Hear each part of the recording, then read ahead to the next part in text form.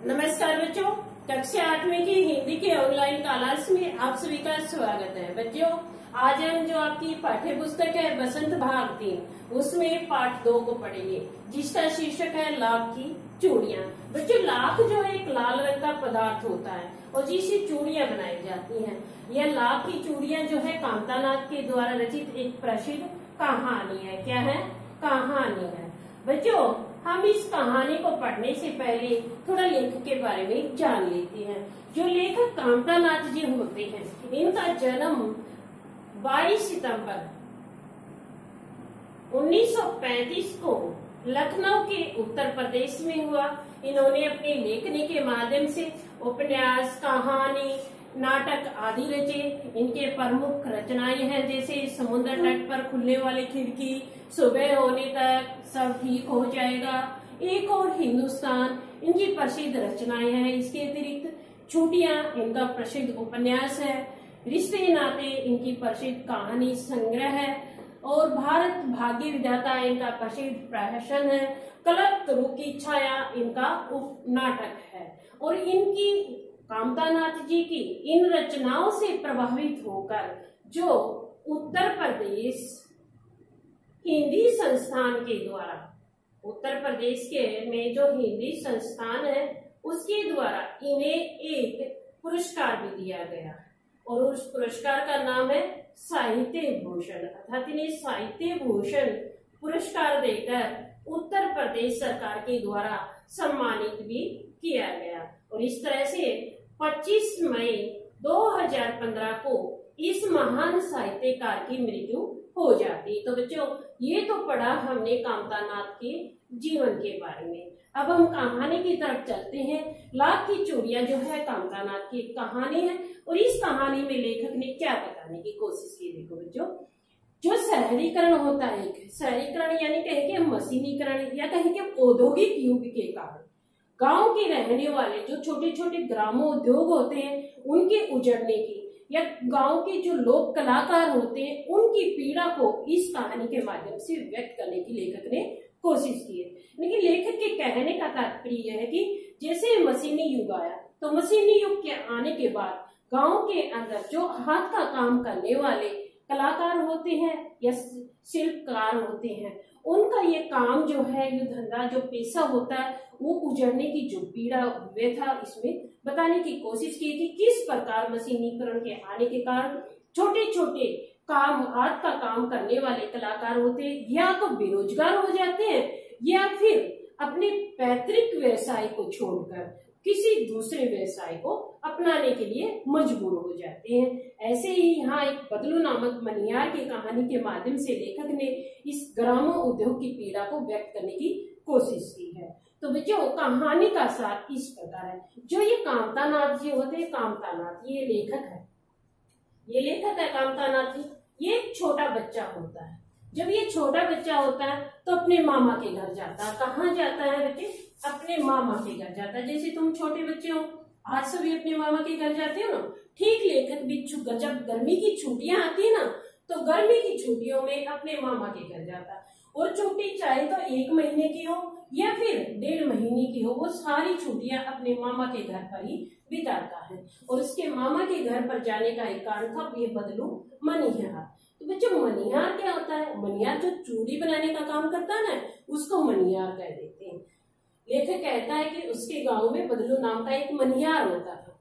वो लाख की सुंदर सुंदर चूड़ियां बनाता था और उसकी चूड़ियां उसके गांव की औरतें ही नहीं बल्कि पास पड़ोस की सभी औरतें इसकी बनाई हुई चूड़ियां पहनती थी। फिर कहता है कि लेखक ये बदलू जो होता है, ये बदलू लेखक के मामा के था। कहाँ का था?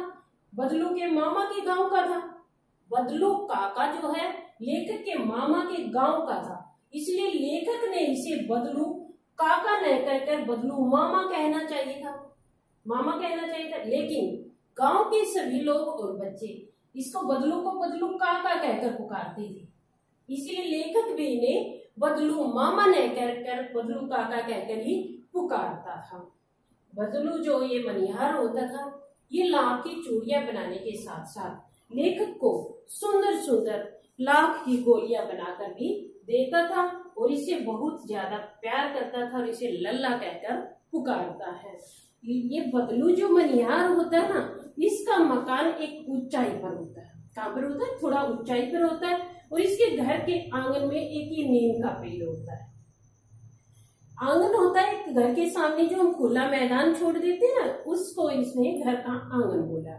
नीम का ये पेड़ था और नीम के पेड़ के नीचे ये मनिहार मचिए पर बैठा। मचिया जो है पीढ़ी को बोलते हैं, जो बैठने का स्थान होता है ना, इसको हम मचिए बोलते हैं। मचिए पर बैठकर ये लाख की चूड़ियां बनाता था। इसके पास ही एक अंगीठी दहकती रहती थी। दहकने का मतलब जलती रहती थी। बदलू क्या करता था? लाख को इस अंगीठी में पहले पिघलाता था और पिघलाने के बाद उसको लकड़ी के पट्टे पर सलाख की तरह बना लेता। सलाख क्या होता है? एक धातु की छड़ होती है, पतली पतली सी। तो क्या कहता है, ये जो लकड़ी की पटड़ी होती है ना, इसके ऊपर ऐसे ऐसे ऐसे इसको पतली पतली बना लेता है। और ये जब पतली पतली बन जाती है तो लकड़ी का ये फ्रेम लेता है, मुंगेरिया लेता है। इसको मुंगेरिया बोला गया। पार्ट में मुंगेरिया होता है, जो काट की एक फ्रेम होती है, चौखट से ऐसी होती है, फ्रेम होती है। इसके ऊपर चूड़ियों का आकार देता है और आकार देने के बाद इसमें कलर भरकर इस बेलनुमा आकार की जो लकड़ी होती है ना, उस लकड़ी पर चढ़ाकर इन चूड़ियों में रंग भर देता है। बेलनुमा आकार ये होती है बेटा, आगे से तो थोड़ी पतली फिर ऐसे मोटी चलती जाती है। जिस साइज की हमने चूड़ी बनानी है उसी साइज की वो चूड़ी इसमें बन जाती है। ये कहता है कि जब ये चूड़ियां बना लेता है, उनमें रंग भर लेता है, तो इस बेलनुमा आकार की इस लकड़ी के ऊपर इन चूड़ियों को, साड़ियों को इकट्ठी करके ऐसे देखता है मानो किसी नई नवेली दुल्हन के हाथ को ये देख रहा होता।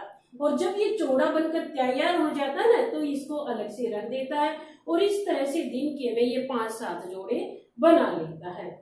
लेखक कहता है कि जब मैं इसके पास जाता हूँ तो ये मुझे भी किसी मचिए पर या चौकी पर बैठने के लिए कह देता है और मैं इसे बैठे बैठे घंटों तक बातें करता रहता हूँ। फिर कहता है कि ये लेखक जो बदलू काका जो है मुझे लाख की सुंदर सुंदर गोलियां बनाकर देता है और मेरी ये महीने 1.5 महीने की छुट्टियां अपने मामा के घर जाने कटने का एक मुख्य कारण होता है ये लाख की सुंदर सुंदर गोलियां। फिर लेखक कहता है कि जो ये बदलू काका होता है ना, बदलू काका अपनी चूड़ियों के लिए पैसे नहीं लेता था, ये बल्कि अपनी चूड़ियों के बदले जो है वस्तु विनिमय करता था। वस्तु विनिमय क्या होता है बच्चों? वस्तु के बदले वस्तुओं का आदान प्रदान जो होता है वो वस्तु विनिमय होता है। और बदलू काका भी अपनी ये चूड़ियां जो है किसी को देता था ना, तो इन चूड़ियों के बदले वो क्या करता है? इन चूड़ियों के बदले वो अनाज ले लेता है, कपड़े ले लेता है, यानी कि आवश्यकताओं की चीजों को लेता है। और पूरे साल तक गांव के लोग इनकी चूड़ियां चाहे फ्री में भी डालते रहे, ये किसी के साथ ज्यादा बहस या जिद नहीं करता। लेकिन हाँ, जब शादी विवाह का अवसर होता है तो ये जिद अवश्य ही कर लेता है। लेखक इसका उदाहरण देते हुए कहता है कि एक बार जमींदार साहब होता है और उसकी बेटी की शादी होती है और वो शादी का ये जोड़ा लेने के लिए आ जाते हैं, चूड़ियां लेने के लिए आ जाते हैं और 10 आने देते हैं। लेकिन बदलू काका 10 आने में भी उनको ये चूड़ियां देने से मना कर देते हैं। लेकिन क्यों कर देते हैं? क्योंकि ये अपनी जो रचना है उसके साथ समझौता नहीं करना चाहते हैं। और शादी ब्याह के अंदर तो इसको खूब खासी कमाई होती थी ना, ये अपने भी कपड़े लेता है, अनाज भी लेता है और अपनी पत्नी घरवाली जो उसकी घरवाली होती है उसके लिए भी कपड़े वगैरह लेता है। इसलिए ये कहता है कि शादी का या किसी खास अवसर पर जो चूड़ा लिया जाता है उसका मूल्य अधिक होता है। इसके बाद लेखक कहता है कि वो अपने मामा के घर 3-4 बार ही गया था। कितने बार जाता है? 3 या 4 बार ही जाता है गर्मी की छुट्टियों में। फिर अचानक क्या होता है? ये लेखक है ना, ये तो लेखक है। और लेखक के जो पिताजी होते हैं, इसके पिताजी होते हैं, ये किसी सरकारी जॉब पर कार्यरत होते हैं और जब सरकारी जॉब पर कार्य के कारण इनके पिताजी की कहीं बदली हो जाती है।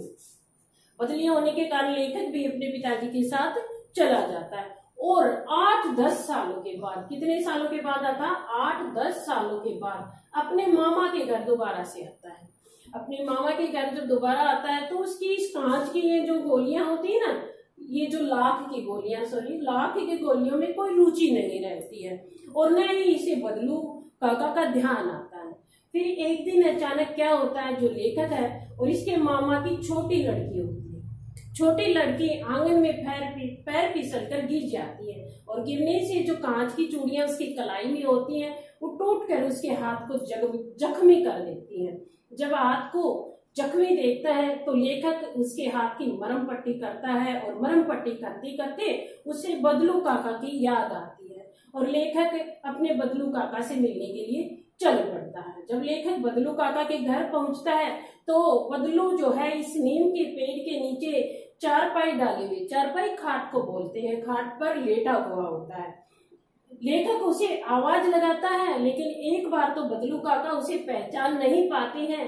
फिर लेखक के पहचान कराने पर, अपना परिचय देने पर बदलू काका इसको पहचान जाते हैं कि किस तरह से वो लाख की सुंदर सुंदर गोलियां बनाकर उसे दिया करता था। इस पर बदलू कहता है कि आजा लला और उसे वह अपने पास बैठा लेता है। लेखक जब वहां पर बदलू काका के पास बैठता है तो देखता है कि उसके पास न तो अंगीठी थी और न ही वो जो जिसे चूड़ियां बनाता था वो सभी सामान वहां पर था। तो लेखक जो बदलू काका से उसके व्यवसाय के बारे में पूछ लेता है तो बदलू काका लेखक को बताता है कि लला, ये काम तो मेरा कई वर्षों पहले ही बंद हो गया है क्योंकि आजकल गांव की सभी औरतें शहरी औरतों की तरह कांच की चूड़ियां डालने लग गई हैं। एक तो कांच की चूड़ियां सस्ती आती हैं और दूसरी कांच की चूड़ियां सुंदर भी लगती हैं, इसलिए आजकल उसकी बनाई हुई लाख की चूड़ियों को कोई नहीं लेता और उसने अपना ये व्यवसाय बंद कर दिया है। फिर लेखक देखता है कि बदलू काका जो है चारपाई पर लेटा हुआ कुछ बीमार सा नजर आ रहा होता है, उसका शरीर भी ढीला हो गया होता है, वो बार बार खांस रहा होता है। लेखक उससे पूछने की कोशिश करता है तो कहता है बेटा ये दमा वगैरह कुछ भी नहीं है, मौसमी वैसी खांसी है और कई बार आ जाती है। फिर लेखक बात को बदलते हुए बदलू काका से उसकी गाय के बारे में पूछता है। क्यों? क्योंकि जब लेखक बदलू काका के पास जाता था तो बदलू काका लेखक को मलाई और आम बहुत खिलाता था और लेखक को मलाई की याद आती है तो गाय के बारे में पूछ बैठता है। तो लेखक ये जो बदलू काका होता है ये कहता है कि लला, मैंने गाय को भी 2 साल पहले बेच दिया क्योंकि अब मैं लाख की चूड़ियां तो बनाता नहीं और लाख की चूड़ियां बनाता नहीं तो मुझे चूड़ियों के बदले जो अनाज वगैरह मिलता था जिससे मैं गाय को पालता था, अब मेरे पास वो अनाज नहीं रहा तो इसलिए मैंने गाय को भी बेचना पड़ा। इसके अंदर क्या है, बदलू काका की जो पीड़ा होती, जो व्यथा होती उभर कर सामने आ जाती है और लेखक से छिपी नहीं रहती है। फिर लेखक जो है बदलू काका से उस आम की खेती के बारे में पूछता है, जो बदलू काका आम की खेती करता है ना उसके बारे में पूछता है। तब बदलू कहता है हाँ लला, आम की खेती अच्छी है, इस बार आम का 1-2 पेड़ और भी लगाया है। और फिर वह अपनी बेटी रज्जो को आवाज लगाता है। ये रज्जो कौन होती है? रज्जो बदलू काका की बेटी होती है। अपनी बेटी को आवाज लगाता और कहता है कि रज्जो बेटी, लल्ला के लिए टोकरी में कुछ अब लगाए हैं वो वाले आम तो लेकर आना। और ये रज्जो जो है एक टोकरी आमों की भर कर लल्ला के पास लेकर आती है और लेखक कहता है इतने सारे आम काका? तो कहता है खा ले बेटा, जब तुम्हारी उम्र के थे तो हम इससे कहीं ज्यादा खा लेते थे। और फिर लेखक आम को खाता खाता आम जैसे ही लेने लग जाता है तो रज्जो के हाथों की तरफ देखता है।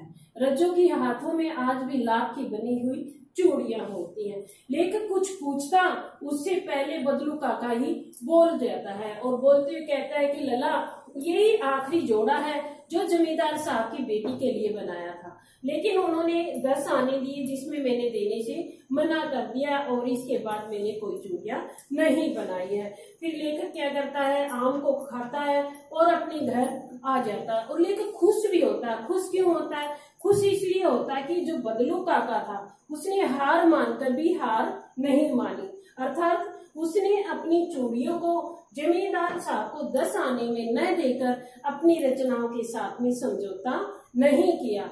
आज भी वो स्वाभिमानी है और आज भी वह अपनी जिद पर अड़ा रहा और इससे लेखक को थोड़ी सी खुशी भी होती है कि वह आज भी अपने जिद पर अड़ा हुआ है, आज भी वो हार कर नहीं आ रहा है। अर्थात इसके माध्यम से लेखक ने क्या बताने की कोशिश की, यही बताने की कोशिश की कि किस तरह से इस कांच की चूड़ियां मशीनी युग के आने के कारण लेखन काका का जो व्यवसाय था उजड़ जाता है और ये पीड़ा उभर कर लेखक के सामने आ जाती है। तो बच्चों ये तो था लाभ की चूड़ियां नामक जो पाठ था आज हमारा कंप्लीट होता है। ठीक है बच्चों, धन्यवाद।